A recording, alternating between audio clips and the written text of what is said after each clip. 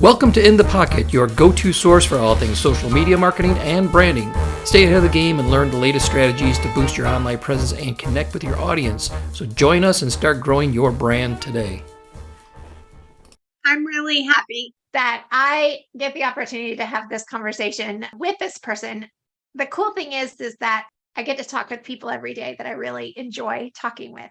So we're going to get started. I'm very honored to have been asked to host this webinar and podcast series that we're doing with Social Jazz.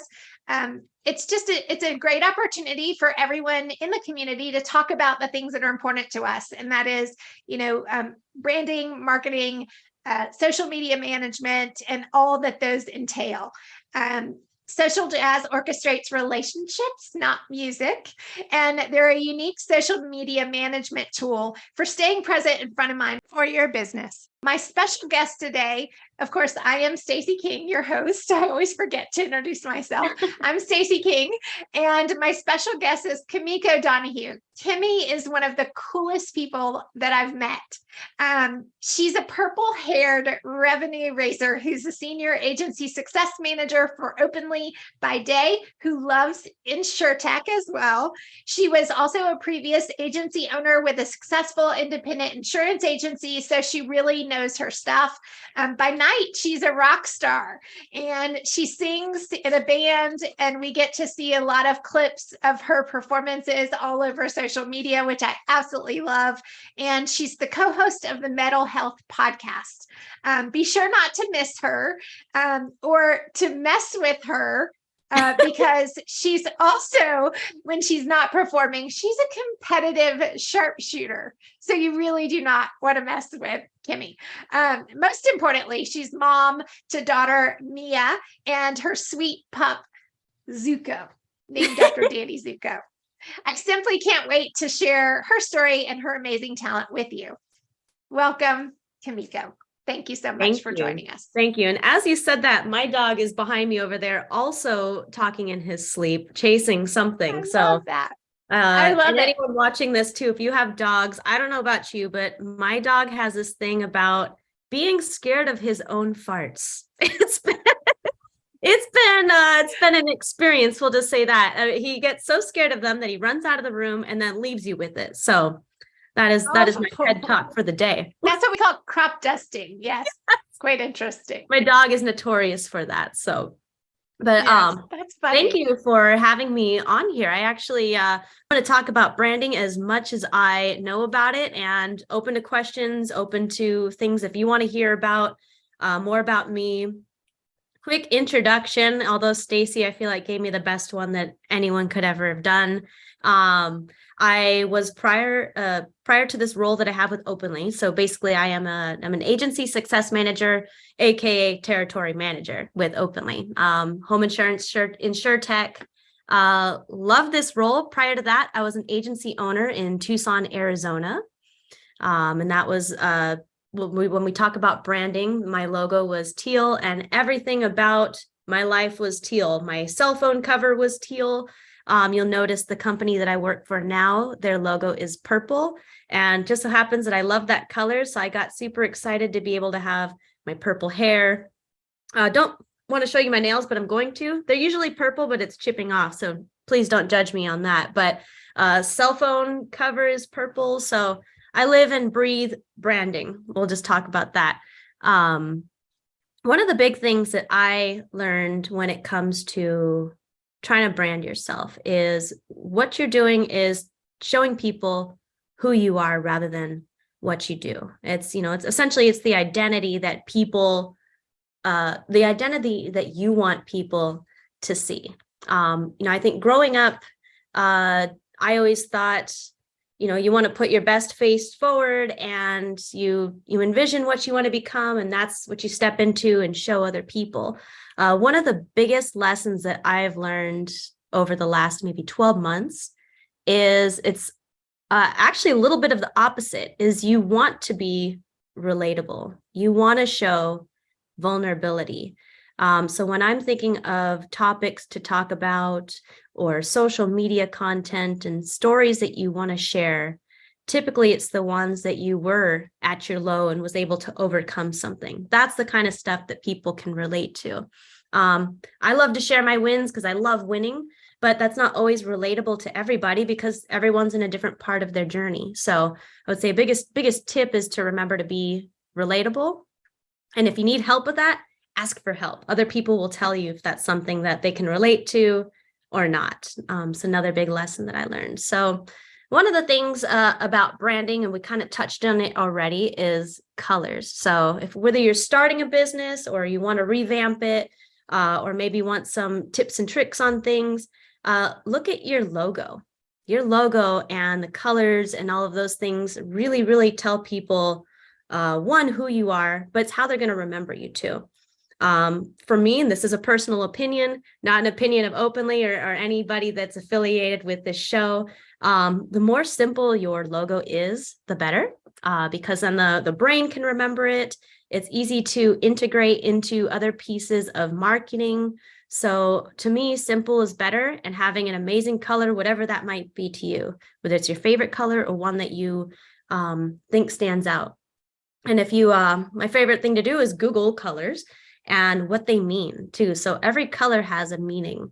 I was going to say that too. It's really, I'm sorry to interject, but I was going to say that too, that there's a lot of emotion in colors. And sometimes people, especially I will say, if you're in the insurance industry, which we're talking to other industries, of course, right now, but people in the insurance industry tend to be very muted and, what I call insurance blue. But, you usually have some other colors that are in your brand guideline that you can kind of pick out, and that can be the one that you accent because it more relates to who you are. So there's ways to get around that. If your company that you work for or the one that you're trying to help brand is not necessarily cutting edge like a purple would be. Yeah. Exactly. And every color has its own meaning, and you can look up, which ones you're kind of looking for. So no wrong answers, I think, when it comes to color. It's really what means the most to you. Another big part about branding is, obviously, everyone talks about mission statements and vision statements. That's great. What about a tagline? How are people going to remember your brand name, the brand color, everything that you're talking about it, and having a tagline? That's something that you can add to the bottom of your Outlook signature. It's something that you can add to the end of your social media posts. It's something that you can add to the end of radio commercials. I don't know if you guys want to chime into the Q&A parts, if you know of famous taglines or famous slogans that remind you of a brand. Any examples are appreciated if you want to start posting those. I don't know, Stacie, what's a famous slogan that comes to mind when you think of big brands? I would say, how about Nikes? Do you know Nikes? Just do it. Yeah, exactly. Yep. The swoosh, it's a simple logo and it's just do it. Exactly. So that's a really good example. I'm also big on auditory or sound that goes along with brands. Like, for instance, McDonald's. You hear that and immediately from their branding in their commercials and from just repetitive, exposure, everybody kind of gets that and internalizes that. There's a lot of them that you can kind of hear, either a jingle or a little tidbit or a sound that also make you think of brands. 100%. And I think that's where a lot of small businesses miss the boat. And I am 100% guilty of that. It's something that I had on my to-do list and just never got to do, but I always wanted to create a jingle for my insurance agency. So no matter how big or small. Yeah. And you have an awesome voice. And if I were you, I would be recording my own jingle and it would be behind everything that I was putting out. That would be just awesome. So do it. 100%. It's never too late. That's the cool thing. Even if you've got a brand that's existing and it's already out and it's already being, promoted, just because something's already done doesn't mean that you can't change it up or improve upon it or, get that out even further, because sometimes that's the best thing, because it's just something else to put out there, right? It's something new. It's something fresh. Yep. And actually you reminded me of something right when you said that too, is that it's never too late to change something. So just because you have a brand or you have a logo, you're not stuck with it. That's something that you can always revamp, revise, rebrand. So thank you for that. And yes, I will absolutely work on a jingle. It's like a dream of mine to do for people. So stay tuned. Yeah, well, I want to be the first to hear it for sure. I'm excited about that. One thing I wanted to ask you that I thought was really important, and you and I both kind of do this, and a lot of people are leery. Let's just be honest. They're leery of kind of, we all have this personal persona, and then we all have your professional persona.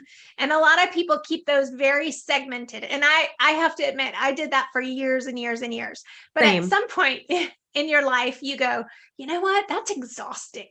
Like I kept trying to say, okay, I'm going to have fun and I'm going to be this perky person that I normally am, the pink girl. And I wore this just for you, by the way, today, love it because this is my brand color. And if anybody's ever seen my LinkedIn, it just screams pink. And it's funny, I used to hate pink when I was young.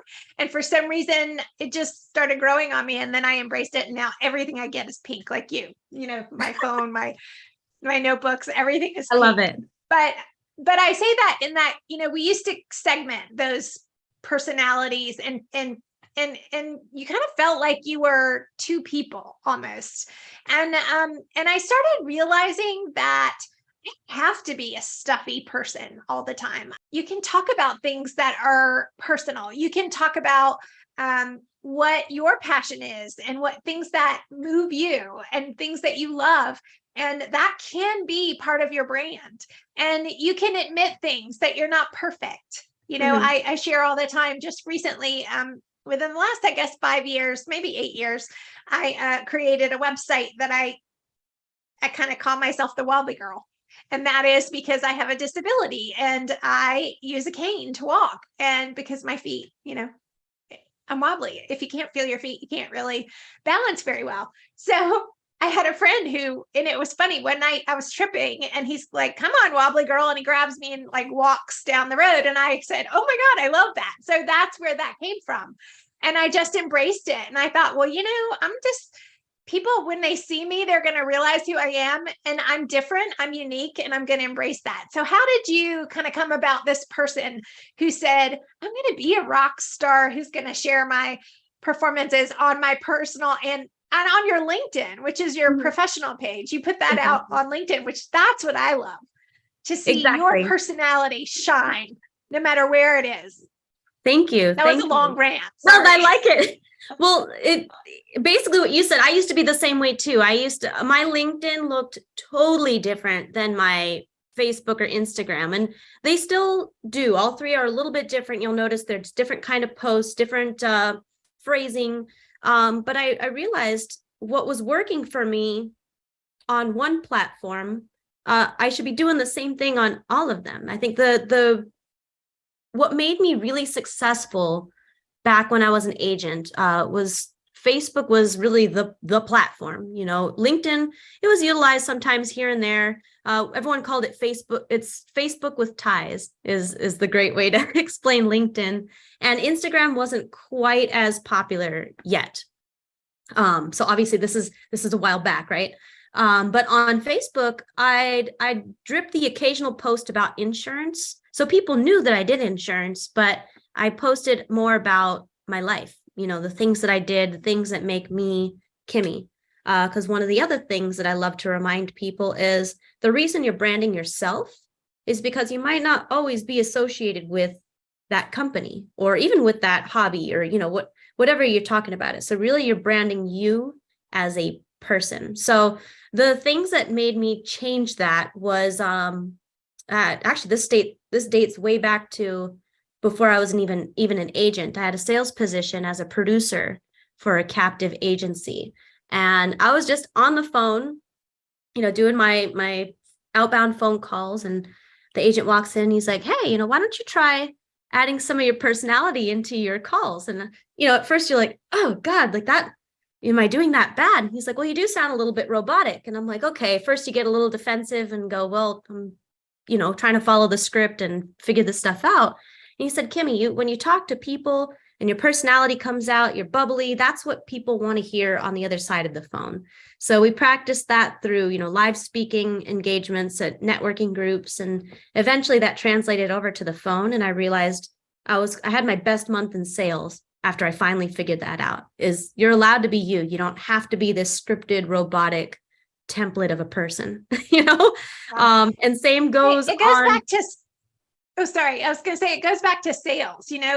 People buy from people that they like and that they connect with. And unless you're telling who you are, what are they buying? You can talk about how great your product is and how great your organization is. And it doesn't matter what industry that you're in, but people don't connect with that as much as they will you. And so put yourself out first and let them connect with you. And then, by the way, this is something that I'm also passionate about. Would you be willing to hear XYZ? That's what a sale is. It's all about that personal connection. So I completely agree. Absolutely. And one of the other biggest hurdles that I had to get over, and mind you, when I'm learning these lessons, I was in my early 20s, fresh into insurance and really starting to find myself, as a professional as well. I was afraid of people not liking me, like most people, right? So when you're getting ready to be authentic and be you and brand you, don't be afraid for people not to like it. And then the reason is you feel like, okay, let's say probably one of the biggest things for me was when I got into competitive shooting, I was really worried about posting that anywhere, because I know not everybody has the same feelings about that particular subject. And I realized, well, what if that turns off, 50% of my clientele? Well, most likely, if we were to get into a, casual conversation, it probably wouldn't be somebody that I'd want to work with, and they probably wouldn't want to work with me. So I would say I'd rather have that 50% that likes and trusts me and likes what I do and appreciates the things that I do than the opposite. And that took a lot of time to understand and be okay with that. Because, especially when you're a scratch agent, anyone listening, or a new business owner on a startup, you want everybody and everything because you need to make money, right? So I think it took me a long time to really, truly appreciate, it's okay that hold on, hold on a second. Let me rephrase that. It's okay if not everybody likes you. So that is part of it. That makes complete sense. And exactly. do you really want to please everybody? That's exhausting. I'm not saying that you have to be rude to people or that you have to turn people off or that you have to, get in arguments with people. That was the one thing I taught my husband that lesson years ago when he used to post, every once in a while they would have conversations and they would get into something, and it might, it might be politics or whatever. And I said, why are you doing that? Like, that's not who you need to be. And if somebody's that person, then just, step back and know that you cannot please everybody, and connect with the people that you can and enjoy those people. But as well, if you got, negative comments about something that you're putting out or your personality, then say, I'm so sorry that you don't appreciate that, but this is me. So I'm going to be me and just move on. I personally have a story when I first started trying to share a little bit more about my personal story on LinkedIn. And I had posted something. It was a big renovation project that we had done on our personal home. And mind you, I live in Georgia. So I'm in a different part of the country than most. And when people see the amount of, land that you can get out here compared to California, it's very different.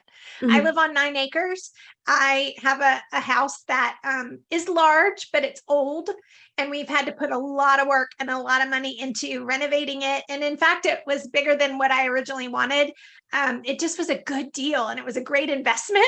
And so my husband, when we happened to find it, it was also all one level. So I have no steps in this house and the land is kind of flat. So I say that I had an aerial shot of our home, which to some looks larger than what they're used to.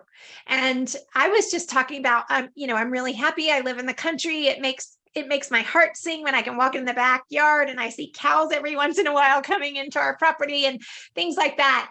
And I had someone put a negative comment like that I was boasting or something like that. And I'm saying this to myself, of course, I'm not posting it, but I'm saying to myself, gosh, that really hurt my feelings because I would never be that person.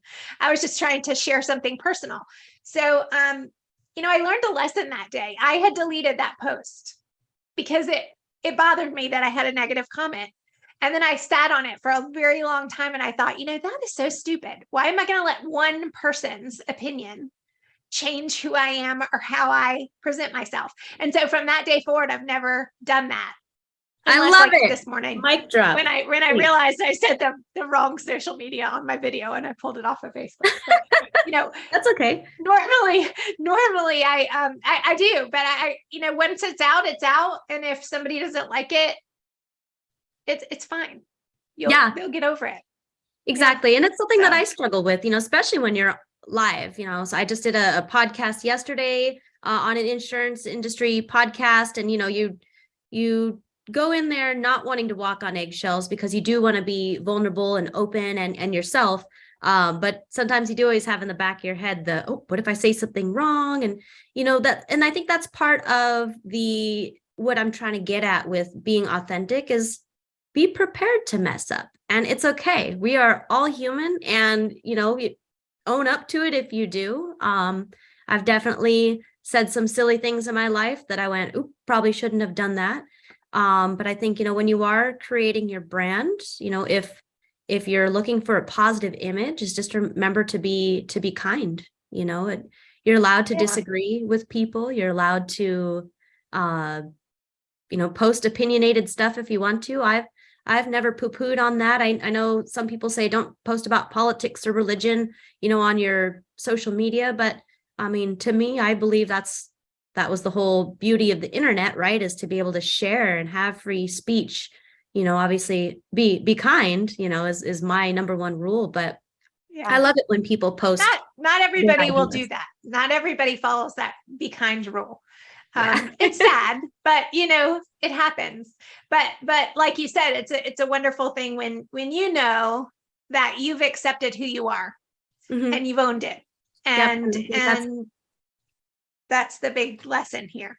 Absolutely. Yeah. So I love it when I see people that post things that I don't agree with or, might be not congruent in the things that I do. But that's the cool part is you can learn something from everybody. And I think that's, going into when you're networking and learning about your industry is keeping that in mind that you can learn something from everybody. They know something that you don't know, regardless of whether you agree with them or not.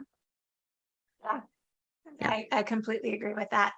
In terms of business, have you found, I found this, that, especially at least in the insurance industry, and I'm sure it's like that with any industry. I used to work a lot with various different contractors and different folks in different industries from a marketing perspective. I found that a lot of times with social media in particular, an agency or an organization feels that they really didn't want their producers to brand themselves or to have kind of these personalities on social because they felt like it either detracted from what they were trying to do or that, like you said, they might leave them someday. So what's your opinion on that? Because I have very strong opinions and I'm hoping that you're on the same page with me, but what's your opinion on that? I think we are. I can already tell we both love cool colors and, but yes. So when I was an agent, I encouraged producers to create their own Facebook pages, encourage them to create their own networking groups, encourage them to go out and create even their own name, not necessarily their own agency name, obviously, but, call yourself the insurance chick or the, whatever it might be, along with whatever they do. So I think, oh gosh, this could be a whole nother topic around that kind of stuff. About we could go really far into this. To your employees or and a lot of producers are independent contractors. So that was another thing too, is a lot of mine were, and I wanted them to have that freedom. And that's what keeps them around as well. They feel like they can be themselves. They're essentially their own bosses at that point. And I believe even as employees, personal branding is huge. And I think if a business owner doesn't understand that, shame on them, because if they're branding themselves and they create this large following, that's now business and revenue in your pocket. So right, you're benefiting from it specifically. Yes. And that's a thing that, if people can accept that, yes, there might be a risk that your best producer may get other offers because he's going to have more eyes on him. But my gosh, look at what you're going to get out of it up until that point. And be a cheerleader for those people, support them, and cheer them on, because all it's going to do is make your company and your organization as a whole stronger. And you're going to get eyes on both the organization and them. Yeah. So. And another thing that I think people forget, and this is something that I had to learn as well, because I did have that mentality, first starting in the business, was, oh my gosh, what if they leave? What if they start their own thing? Well, once I actually experienced that and did have a handful of producers actually go off and go do their own thing, people saw that as well. So when they see people go off and do their own thing, branched off from what you have built, it can have a positive impact. Yeah. To me, it looks like, okay, either you were a really great coach, or, obviously if it's other things are going around, then maybe not so much. But if you did a good job and they left on good terms, usually it's great positive feedback that, they did it because of you. Yes. And you can stay connected with those people. When someone leaves your agency or leaves your organization, that doesn't mean that you can't still interact with them. I'm a perfect example. I'm no longer working for one particular organization. I'm working with several different ones, Social Jazz included. It doesn't mean that I don't, still have ties to those previous organizations, the associations that I've worked for, the organizations that I've been associated with. They all are still a part of me, and I take them along on the ride. And that's what it should be about. You should be wanting your employees to grow, and in growth, allowing them to really blossom under your leadership, to truly find themselves, especially young agents and young employees that are just getting started. I have a prime example. I have a young lady, and I won't name her name, but I have a young lady that worked with me in previous roles. And she messages me all the time because she's wanting to get further experience in marketing. And she said, I'm scared to put stuff out because I'm scared that people will judge me.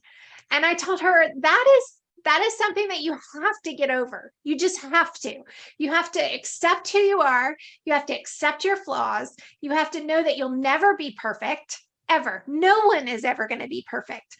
But the beauty of it is that if you are your authentic self and you put yourself out there are going to be a lot of people that appreciate that and that will connect with you simply because you did it. Exactly. Yep. And tying it all back to branding is, the reputation and the persona that you do put out there, that's all part of your brand. Yes. Yep. So, I love it.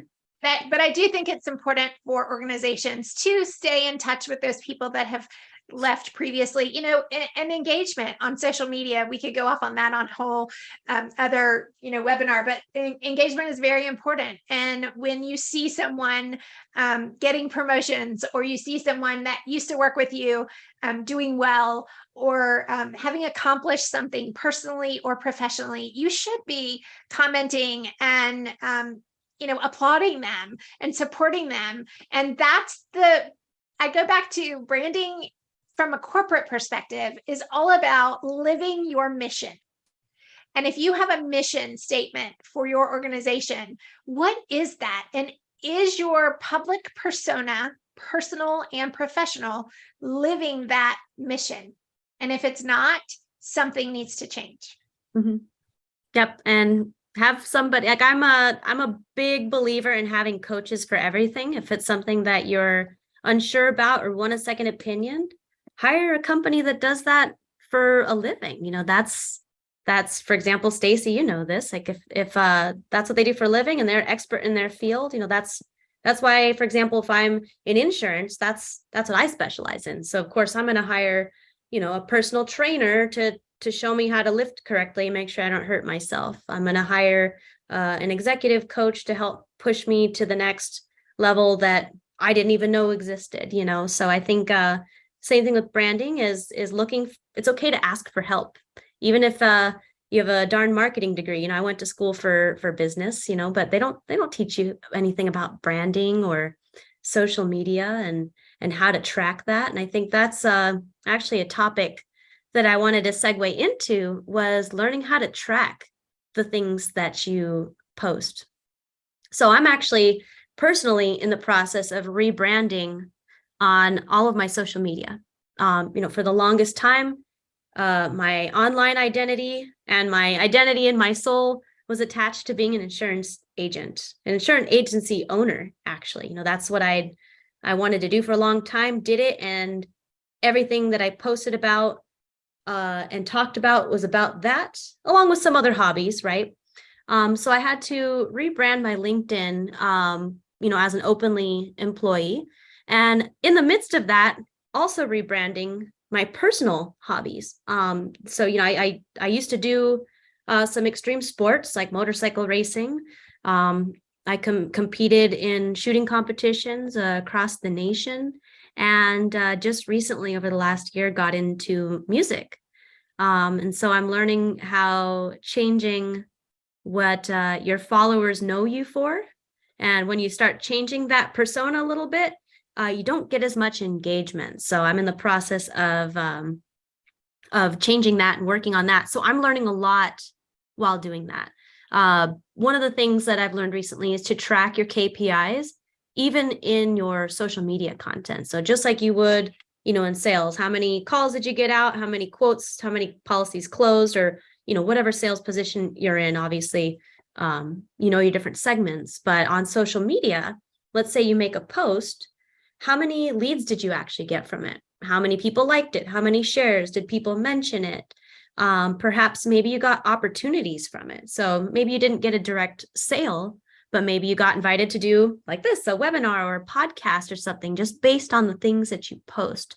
So track all of those, because you're going to find one or two things that might have caught momentum. And you're like, this works, I'm going to keep on doing that. And you figure out which one to lean into. I found what really helps as well is networking with other influencers, regardless of what platform it's on, whether it's getting on their podcast, attending events with them, that silly cliche saying about, your net worth is your network, or you're the average of the 5 people that you hang out with, right? Yes, yes. Yeah. So make sure you're interacting with your followers too. Don't just like the comment back, show true engagement that you're actually paying attention, because that's what they want. They wouldn't have taken the time to do that if they didn't care, One of the other things too is don't just post to post.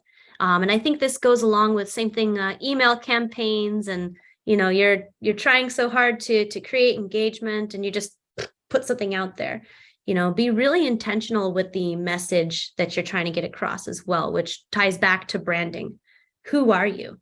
Who is your brand? Who is your team?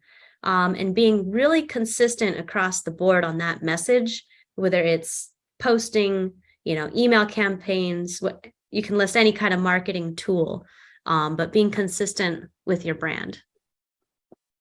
Yeah. I think that a lot of people, it is important to have a cadence to social media. And I do agree that, on certain platforms specifically, it helps, the algorithms help when you're consistently posting every single day. Mm-hmm. But it doesn't always have to be something that you have written or that you have created. If your creative juices are dead, and some days I just get in and I'm like, I am just tired. Like Monday mornings are never good for me. Don't expect anything wonderful on a Monday. But every once in a while, I'll see something, like something yesterday that struck me. And there's a young lady that I reached out to, and I'm going to be interviewing her in the next week or two, simply because I reached out to her off of a post that I had seen on someone else's Twitter account. They cool. had shared her post, and what it was is it was an image of Jamie Lee Curtis. She did not win a Golden Globe. Another young lady had won it, but you would think that Jamie Lee Curtis had won it because she was screaming and cheering for that other girl.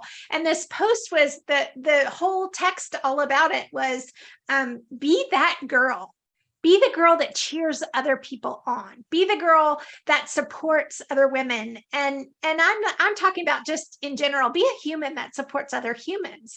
So if you see a great post that someone else has done, share that and put your comments on it and say, I completely agree, and make sure that you're commenting on their original post as well to help their engagement. Because again, it's all about the numbers, right? So if I have thousands, I have 6,000 people that follow me on LinkedIn. If I comment on something, they're going to see it. So I want to shine eyes on the people that I really like in the industry that I think are doing an awesome job at mission number 1, which is being authentic. I love that. I think that should be the quote of the day is be a human that celebrates other humans. Yeah, fantastic. It was a really great message, and I can't take credit for it. I'm going to talk to her about it later, but I just loved her whole story and her whole vibe, because that's the kind of people that you want to be around, right? That's amazing. Stacie, and actually I have a question for you. Is there a particular time of the day or time of the week that you find where you're more creative, where you are coming up with those ideas for posts? I would say usually late mornings are good for me. I get in my groove after I've had my coffee. Yep. And everyone's settled and the dogs are taking naps, that sort of thing, because I work remotely. But I will say, afternoons are good. I found, and it's ironic, I just did a webinar about this earlier this week with the very talented Nick Berry of Better Agency. And we were talking specifically about, content calendars and content writing, and where do you put your ideas? And he uses Notion, which is a great piece of software, and I've used it in the past. I hate to say this because I'm very old school. OneNote is something that has always been kind of my go-to for just I pile stuff there. So when I think of something, or if I see something that I've really liked online, I'll put those little messages either in OneNote or in an Excel spreadsheet that I keep track of, and I say, okay, these are some ideas for posts that I like. And usually then I'll take that post, and if it's something that I feel is going to resonate with my audience, that I'm really passionate about, I might make it a series, and I might, kind of let it ride a little further. One in particular, I renovated a house recently. You probably saw the pictures on LinkedIn. That's something that most people would typically put on LinkedIn, but it got a lot of engagement, and I wanted people to see what we had really been. It was relatable. On. Yeah. And where I spend my nights, and how I work during the day and I work at night. And so I put the pictures of the house up there, and I showed all the sweat and tears that we had gone through and all the different projects. And that was something that I got a lot of comments and a lot of messages about, that people loved being along for the ride. They felt like they were doing it along with me. So it could be something as simple as that. Show what you're doing at night every once in a while. Show what, your kids are up to, or what, your aging parents. Are you spending time with them? Those types of messages are great, and take the time every day to be creative. I have a couple of books that I love, and I kind of read through them from time to time.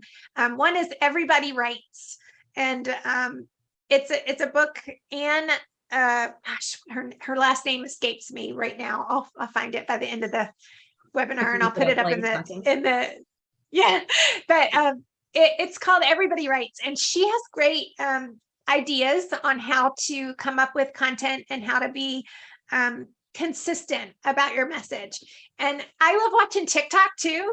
I get a lot of ideas from TikTok because it's simple things that you might watch and you think, gosh, that's amazing. Why didn't I think of that? Why didn't I think to make a video about how to do maybe this particular thing in Canva?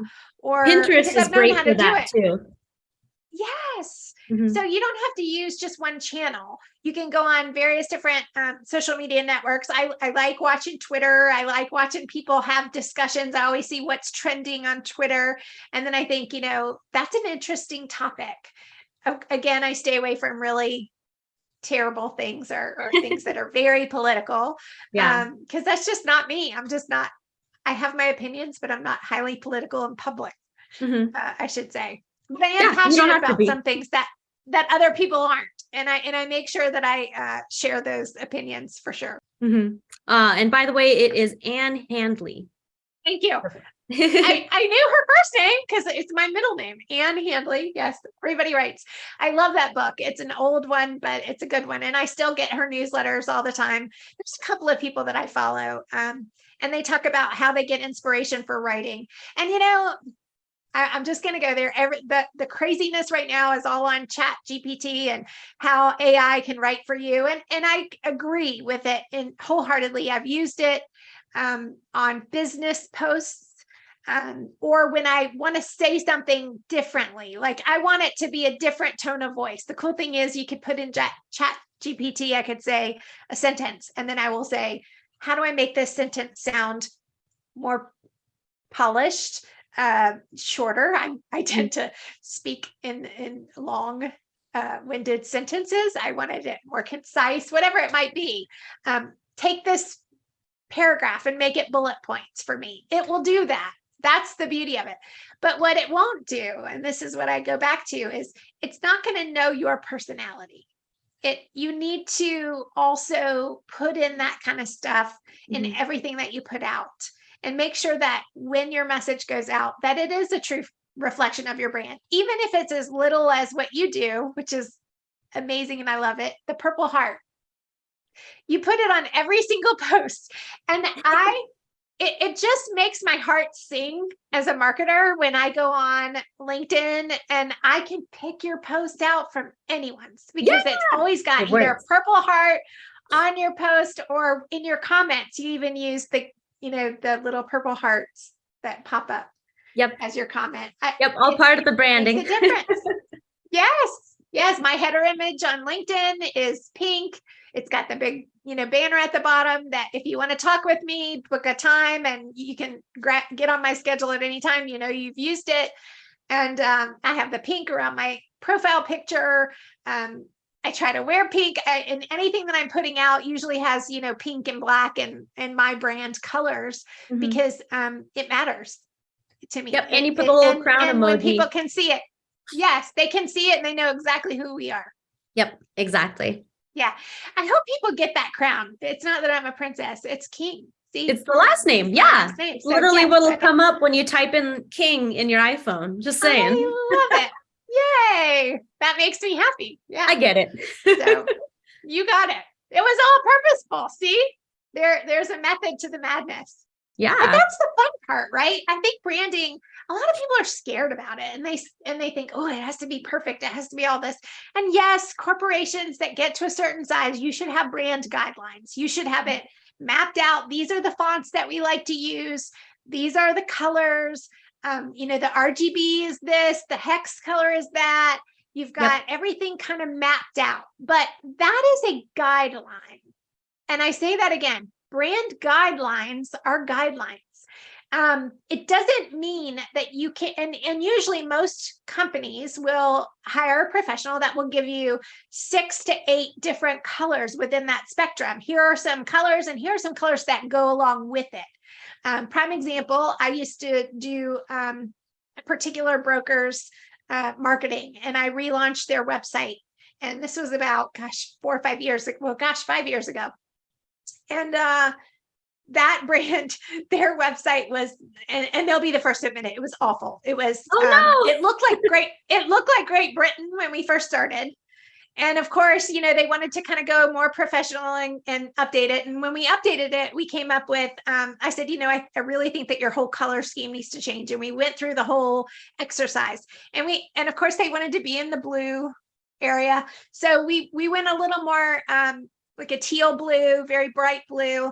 And then we had gray, And that was kind of their logo. And I said, but I don't love it like it is. It needs a pop of color. And as a matter of fact, one of their employees said, I wish our brand was this color. And it was bright neon green. Oh, it was very different. Yeah. No one in insurance at the time was using something like that. I think I had seen orange. That was about the most bold color that I had seen.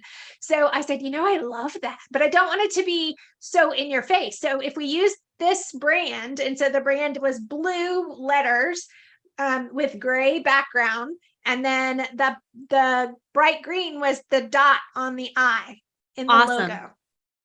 And then from that point forward, if you're putting something out, you can use what? Blue, gray, and the bright green. And a lot of times, if you use the bright green as an emphasis on the website, when you're hovering over things, your words might change to bright from blue to green. And now it really stands out on the page, right? You can use it there. You can change your colors in the materials that you're printing. Like they would want one sheets that they could leave with agents when they were talking with them. It was a broker, so they had agents that were actually selling business for them. So we would make all of their materials, they would have that pop of green to highlight the various different things. And that's what we're talking about. Find that color that even if your company might have muted logos and muted, kind of professional, very bland coloring, it doesn't mean that you can't find an accent color to use along with that. That's yours, and own that. I love it, because then when you have those branding colors and you have the consistency in all of your marketing materials, it looks super professional, especially, when you're adding it into your emails, to your website, you then begin to associate those colors with that brand or with the company. So I love that. I'm also a fan of colors, so I'm biased to that too. Yes. Yeah, it's great. Anything else that you want to talk about in terms of agencies or organizations? What have you felt that they have missed the boat on? Anything that you can think of, or any subject that you want to talk about? Yeah, I was gonna say that's a super broad. That would have a really broad answer. I think when it comes to marketing, I'm such a big believer in social media. I know it's been around for a long time right now, and a lot of people talk about it and harp on it. Between, when someone's looking for a product, they do look at Google, but a lot of people look at the social media because they want to see pictures of it. They want to see people, if it's a tangible product, they want to see people, touching it, wearing it, whatever that might be. If it's even in the insurance industry, even when I'm looking for insurance companies on a carrier level, I'm looking at their websites, their Instagrams, their Facebooks, how big are they in their community? And I kind of judge that based on, how many reviews do they have on Google? How many followers do they have on their social media? So that's important, even just to have a presence. So even if they don't have, that many followers, the fact that they're consistently posting and there's stuff on there also gives you credibility. It shows that you're a legitimate business. I feel that that's somewhat necessary these days. People want to make sure you're not some online company that's, going to steal their money or something. So definitely helps add credibility. Yeah. I really gravitate towards companies and organizations that put their employees out in front. And again, we go back to this, do people want to do that? I don't really want this person on my website or on my social. Well, why? You hired them. They're part of your team. Celebrate that. Be excited about what they do. I've always been a big proponent in past organizations of celebrating anniversaries of people, if they've been there a year or 5 years, especially if they've been there a very long time, you need to make a big deal about that. Share some pictures from time to time of organizational events. Did you go on retreats? Do you take, meetings out with clients? That communion and that community where you can kind of celebrate the kind of people that you are. And that is, we're engaged with our community. We're engaged with our customers. We love hanging out with them. We just don't want to sell them something. We want them to be a part of who we are. Mhm. So that's the kind of stuff that I love to see on social. So I would encourage people that even if you have a large company, it makes a difference, especially when someone wants to come on board to your company. They're going to Mhm. look and see who are these people, and are their employees engaged? Are they a part of it?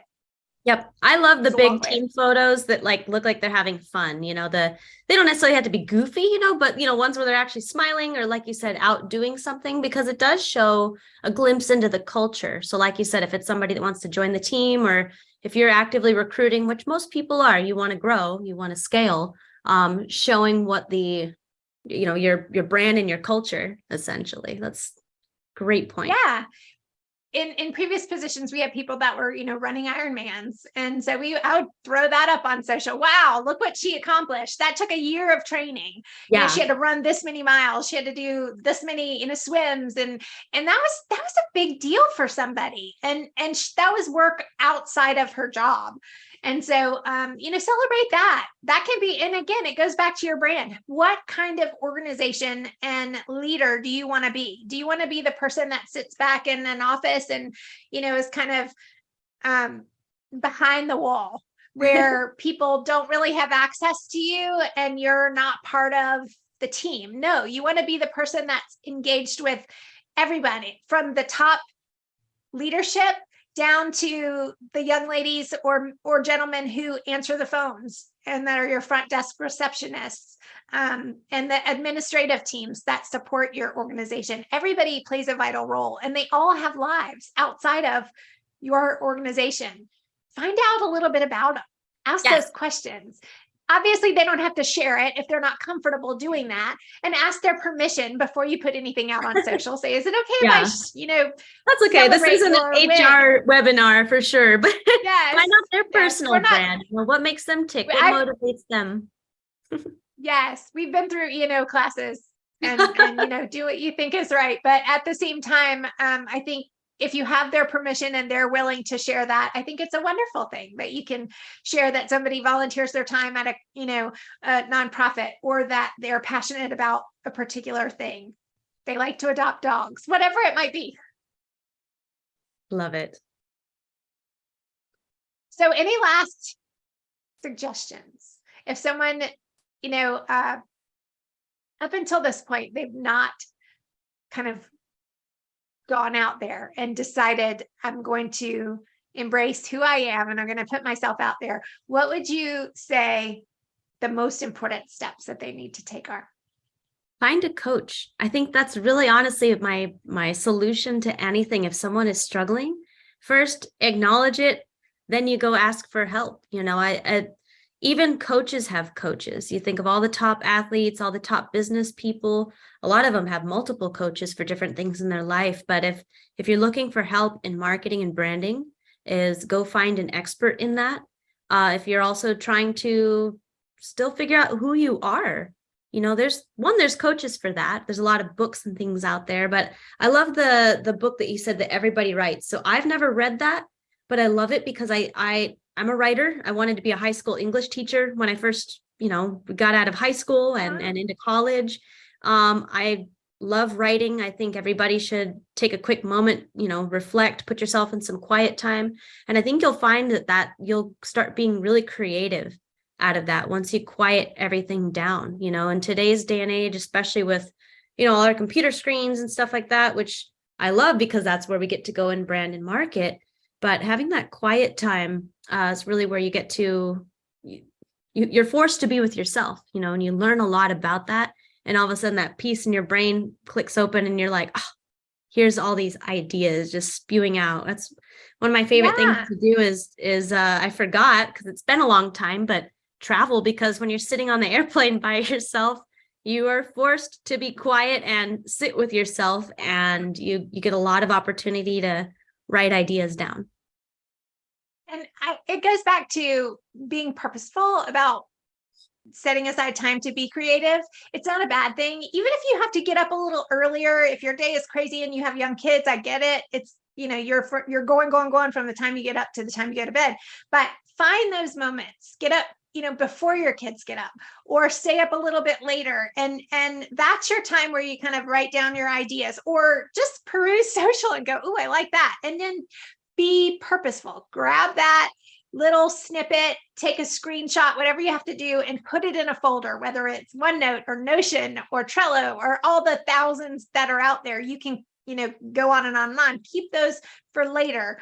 And then when you have the time, you sit down and you look at what did I like about this, and what made me gravitate towards it. And if you did that, then surely if you create something similar, and you can rob and steal ideas, that's what people do all the time. Nobody's always creating unique stuff. They're just kind of reinventing it from their perspective. Yep. And putting their brand on it. That. Yep. Yes. And then the other thing I go back to, there's another book that I've always loved. It's called Story Brand by Donald Miller. And I'm big on audiobooks. That was my thing when I used to have to drive a lot. I used to put on an audiobook and I could get a book done in a week. Just listen during my commute, or you can listen while you're cutting the grass, whatever it might be.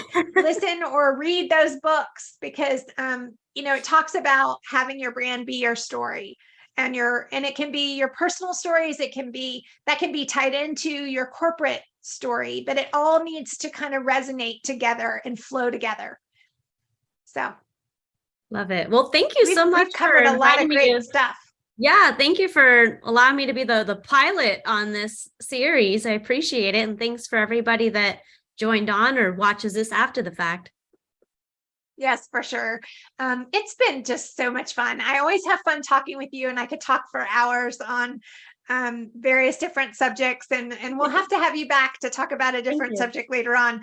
I first want to just go back to, I thank you, Kimiko, for everything that you shared today. I hope that everyone that's on this, or every business owner that watches it after the fact, can look at themselves and can better brand not only their company, but themselves from just some of the suggestions that we talked about. And if you need help, there are organizations out there. I have a lot of connections. I can put you in touch with different people. I'm always happy to help.